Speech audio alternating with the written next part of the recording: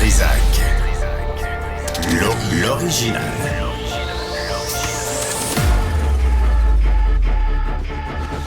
Du Trizac. Votre plaisir coupable. Bonjour tout le monde, on est le 9 décembre 2024. Tu fais tes cadeaux? Tu commencé à acheter tes cadeaux, toi, la cheap? Non, mais tu me traites de cheap, puis je m'en allais te dire, on se fait pas de cadeaux cette année. Tu vois? Fait que finalement, je suis vraiment non. cheap. Moi, j'ai hâte de finir vendredi. Pas parce que j'aime pas animer l'émission, j'aime beaucoup ça. Parce mais... que t'es en retard dans ton magasinage? Non, parce qu'à partir de vendredi, je suis le Père Noël au Maille Champlain. Ah oui? Ouais, jusqu'au 25 décembre, jusqu'au 24. Ouais. Fait que si pas vous allez que voir le c'était, Père Noël, parlez-lui de l'émission puis de Cube Radio. Ça va être moi. Je savais pas que t'avais ce petit revenu d'appoint pendant le temps des fêtes. Qu'est-ce que tu penses? Pourquoi tu fais pousser ta barbe? Ben oui, j'avoue que j'aurais dû y penser. Puis Puis la bedaine? le bide. OK, c'est beau. Faut que je travaille là-dessus pour 2025. Résolution. Oui, les fameuses résolutions. Fuck off, les résolutions. Hey, il y a Pierre Brochet qui est président de l'Association des directeurs de police du Québec, aussi de la ville de Laval, mais on fait comme le point sur la corruption. C'est comme 10 ans après la commission Charbonneau. Est-ce qu'il y a encore de la corruption en dessous? Il y a des snoraux partout, des ratoureux. On les connaît, hein? Mm-hmm. On les connaît. Mais la commission Charbonneau a porté son attention surtout sur le monde municipal. Peu sur le monde provincial. Il me semble que ça vaudrait la peine. On a quelques exemples aussi. D'extra.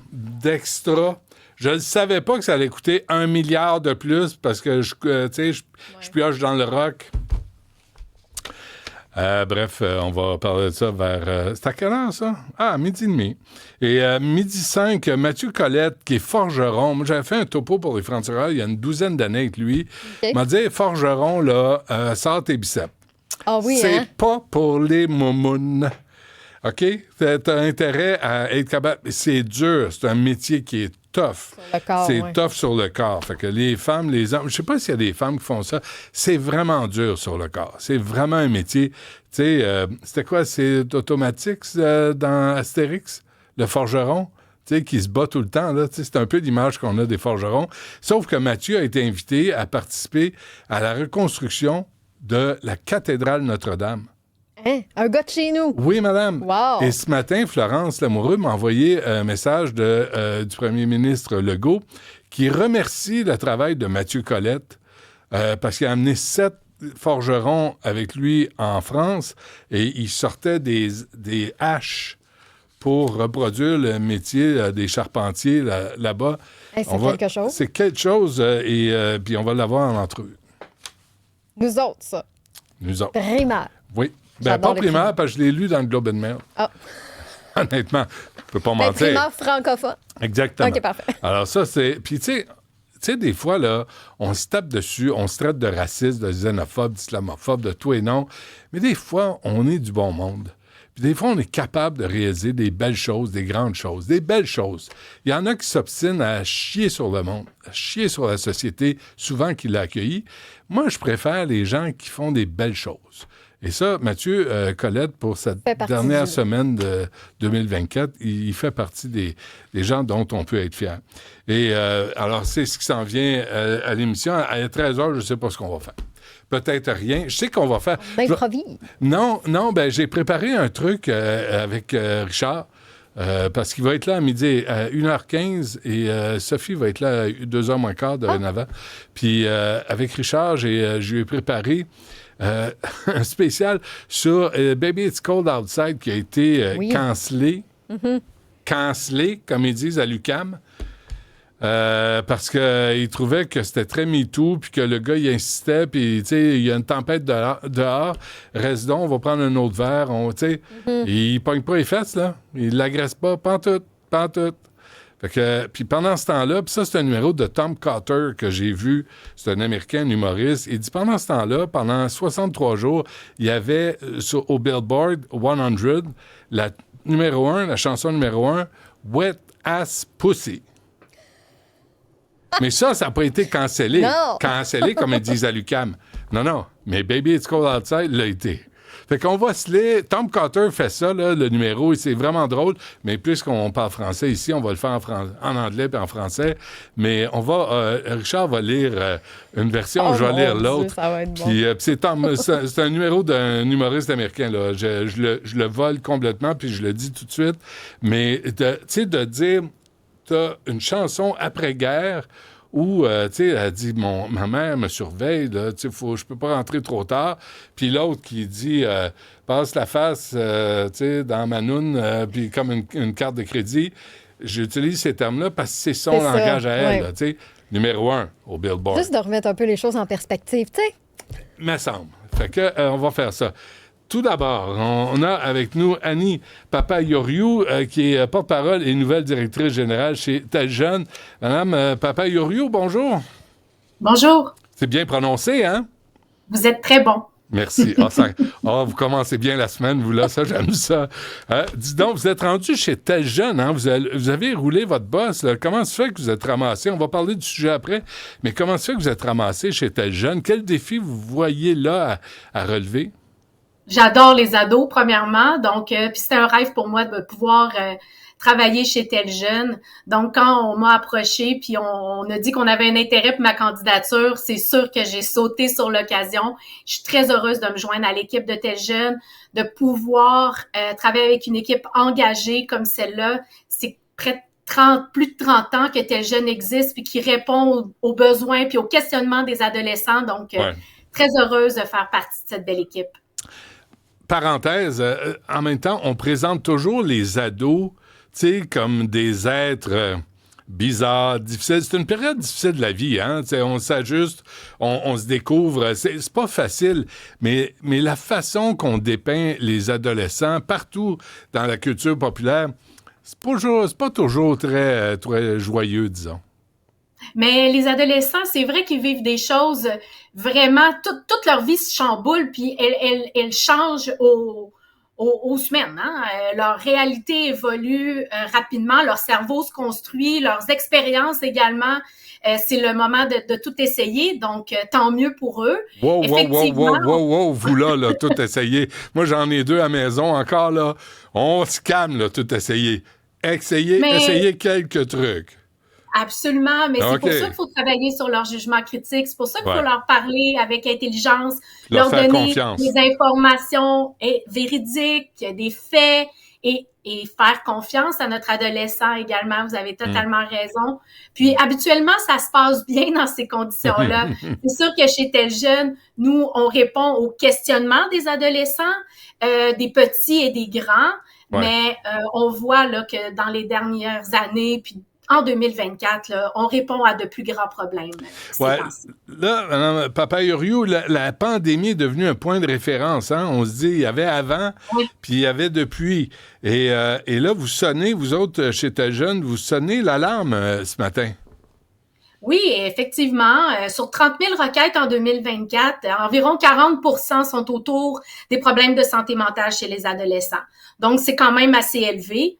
Puis nous aussi, on a remarqué, bien que Tel Jeune n'est pas une ligne de prévention du suicide, on remarque qu'on gère de plus en plus de crises suicidaires chez Tel Jeune. Donc, avant la pandémie, c'était aux alentours de 8 %, puis là, on est autour de 15 %, puis même que dans le dernier mois, c'est un petit peu plus élevé. OK, donc, juste là-dessus, comment ça s'exprime?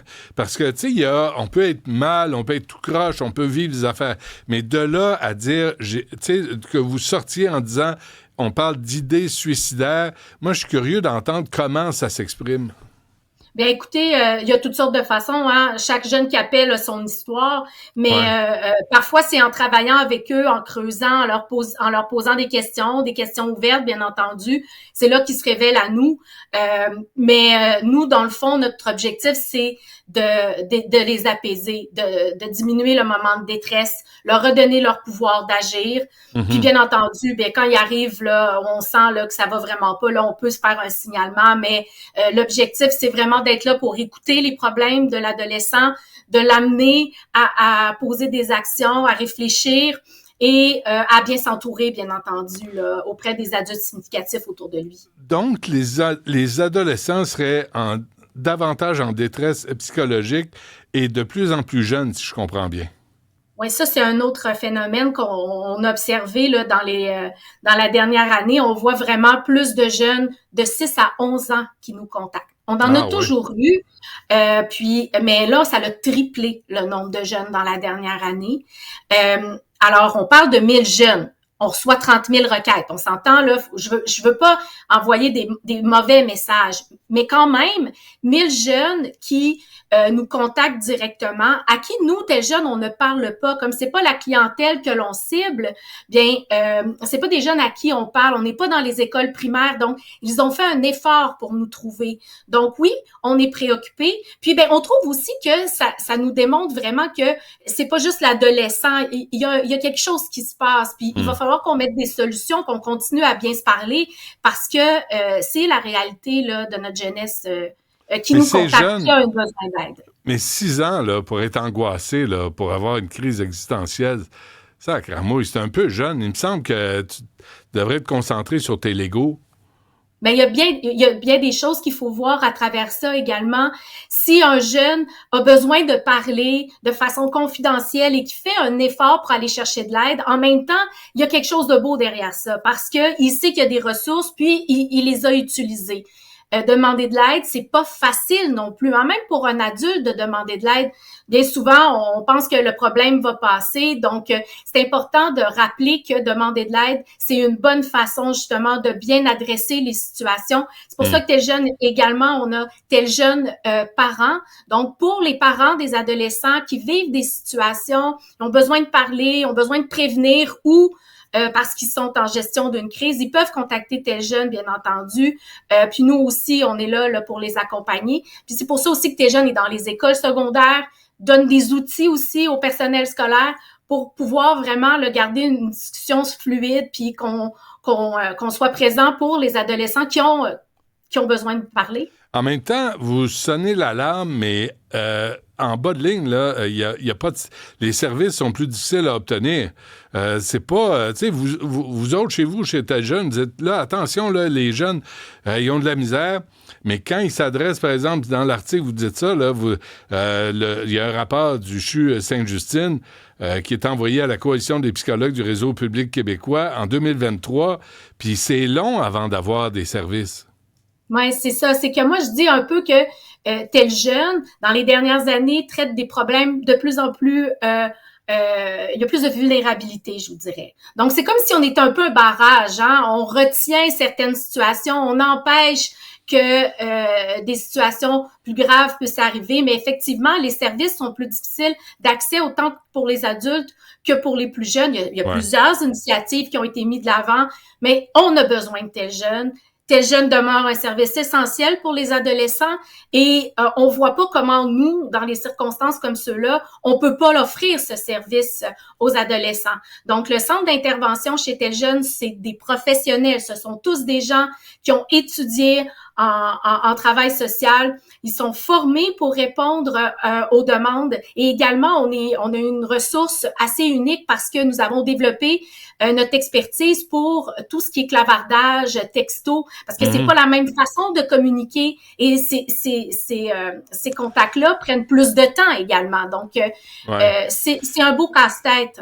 Est-ce que c'est plus, parce qu'on parle de jeunes, là, tu sais, c'est comme mais entre les filles et les gars, là, quelle est la proportion qui appelle chez vous là, qui a des problèmes d'anxiété ou de crise existentielle? On se rend bien compte qu'il y a plus de jeunes filles qui contactent tel jeune que de garçons. Donc, c'est pour ça que tel jeune fait aussi des projets terrain. Puis on essaye de voir comment on peut mieux s'adresser aux garçons. Mais je vous dirais, en général, pour tel jeune, de rejoindre la clientèle adolescente, c'est de plus en plus difficile. Il y a de plus en plus de formes de contact. Les jeunes, ils ont tous des intérêts différents, des passions différentes. Donc, le moyen d'aller rejoindre, de les toucher puis de les informer est de plus en plus difficile pour des organisations comme nous et d'autres là qui tentent de faire son travail de prévention ou d'offrir de l'aide. Tel jeune, c'est un service de première ligne. Donc, faut qu'ils aient le réflexe de nous contacter quand ils se sentent moins bien. Oui, puis chez vous, vous êtes des gens crédibles. Êtes-vous inquiète de voir les influenceurs, puis tous les pseudos là, sur les réseaux sociaux qui peuvent donner des conseils qui sont pas nécessairement très inspirés? Bien, comme tout le monde, on cherche à donner des faits véridiques. Donc, c'est pour ça que Tel Jeune est sur les réseaux sociaux, partage des données véridiques, offre des conseils qui sont crédibles, donnés par notre centre d'expertise.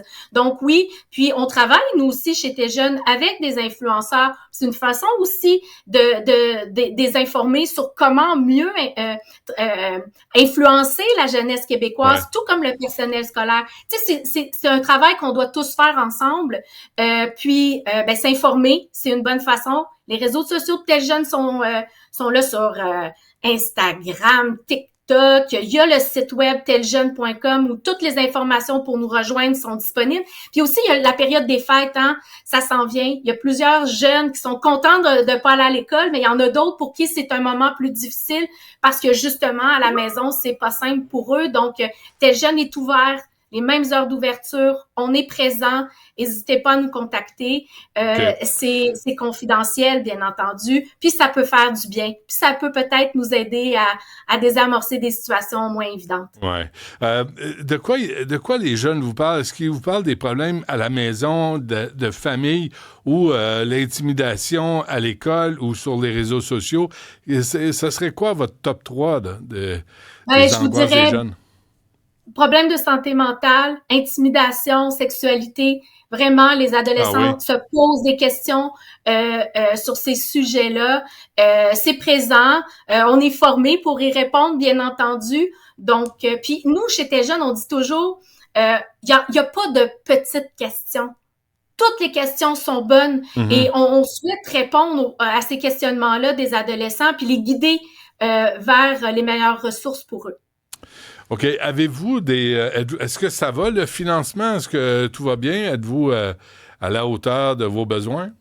Ben, écoutez, je viens d'arriver. J'ai fait des demandes de rencontre au ministre Drainville et au ministre Carman pour parler de Tel Jeune, de ce service essentiel-là. Bien entendu, les défis sont grands. Nous avons besoin de discuter de solutions avec le gouvernement. J'ai bon espoir d'être reçu rapidement. Est-ce que vous êtes là en service pendant les fêtes? Oui. On est ouvert tous les jours, Noël, jour de l'an. Il n'y a pas de férié chez Tel Jeune, je pourrais dire. Nos intervenants professionnels sont là pour répondre aux besoins des adolescents et de leurs parents. Qu'est-ce que les parents doivent retenir là, de notre conversation, Mme Papayoriou? On ne sait pas, nous autres. Là. Même moi, je vous écoute, puis je me dis, je devrais le dire à mes deux jeunes de 13 et 15 ans. Si vous avez des questions, des fois, vous pouvez appeler Tel Jeune puis avoir une conversation avec quelqu'un d'autre. Il y a personne qui va le savoir, parce que c'est confidentiel. Donc oui, les parents, n'hésitez pas à référer votre adolescent, à téléphoner Tel Jeune, à visiter le site Internet parce qu'il y a énormément de contenu aussi.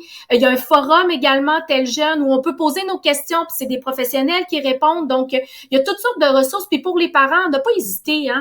Quand on le sait pas, là, ça nous arrive. On est vulnérables, nous aussi, devant la détresse de notre jeune ou des questionnements ou ce qu'il vit. Tel Jeune, ses parents, c'est un bon endroit pour poser nos questions. On est là pour ça. Et c'est gratuit, puis c'est confidentiel. Alors, pourquoi pas? Puis, il y a beaucoup d'écoute et de bienveillance de la part de nos intervenants. Ils font un travail extraordinaire. Et je suis vraiment fière de pouvoir dire qu'ils sont extraordinaires aussi. OK, parce que... ça suffit l'infopub, là. Là, il y a des limites, ça gramouille, là. Tu sais, je comprends, vous êtes content mais je vous ai dit que vous étiez bon, vous aussi, ce matin. Non, je le sais, vous êtes trop positif pour moi. Ça va trop bien. Non, mais votre travail est important, puis saluer toute votre équipe, Mme Papayoriou, là, c'est important que les jeunes aient un endroit, parce que souvent, les parents, on a beau dire, là, ça vaut, notre parole à l'adolescence, ils en tiennent plus ou moins compte. Mais ça c'est un mythe aussi, parce que les enfants se réfèrent à leurs parents. Dès que les ados semblent ne pas vous écouter, dites-vous bien que vous allumez des lumières. Puis c'est avec toutes ces lumières-là qui allument, qui prennent les bonnes décisions, qui font les bons choix. Donc, il faut jamais arrêter de répéter, même s'ils lèvent les yeux au ciel, c'est pas grave. Vous plantez une petite graine. Faut jamais l'oublier. Non, c'est vrai, vous avez raison. Annie Papayoriou, porte-parole et nouvelle directrice générale chez Tel Jeune. Merci, bonne chance. Merci de nous avoir reçus aujourd'hui.